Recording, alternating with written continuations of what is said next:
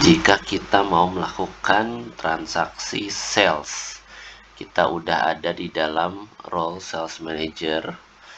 Untuk itu kita bisa bikin transaksi, misalnya cash sales. Jadi transaksi dalam NetSuite itu bisa dua, bisa B2B, bisa B2C.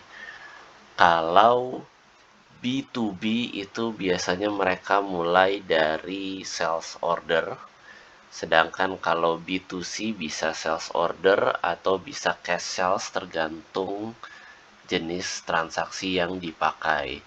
Kemudian biasanya untuk transaksi B2B itu di NetSuite menggunakan input sales order manual oleh sales representatif masing-masing.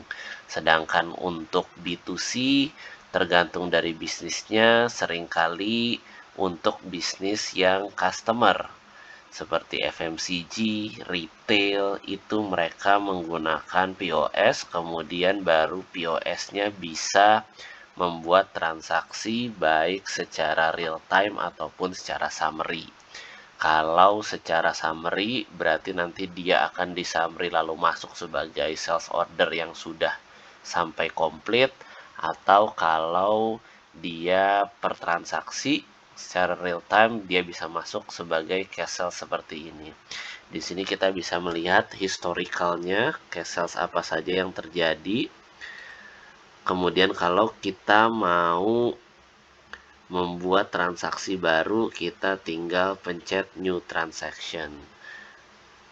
Nanti ketika sudah pencet new transactions, itu akan keluar form seperti ini. Bisa kita masukin customernya siapa, kemudian locationnya di mana, kemudian itemnya apa. Kalau udah diisi, hasilnya akan seperti ini. Misalnya customernya, kemudian dia pesan itemnya apa. Kemudian ini hasilnya bisa dilihat misalnya oleh CFO.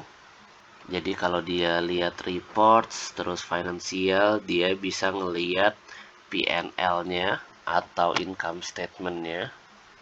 Di sini akan kelihatan cash flow-nya apa aja keluar masuk cash-nya. Kemudian bisa di drill down juga, kita bisa pencet view detail.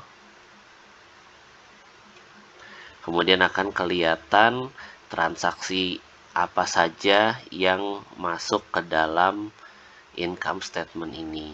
Misalnya kalau kita mau lihat transaksi sales yang terakhir, berarti misalnya yang ini bisa kita pencet nomor transaksi atau tanggalnya, lalu kita bisa kelihatan, oh ini transaksi yang mana. Seperti ini. Ini transaksi yang tadi itu sudah masuk ke dalam income statement secara real time.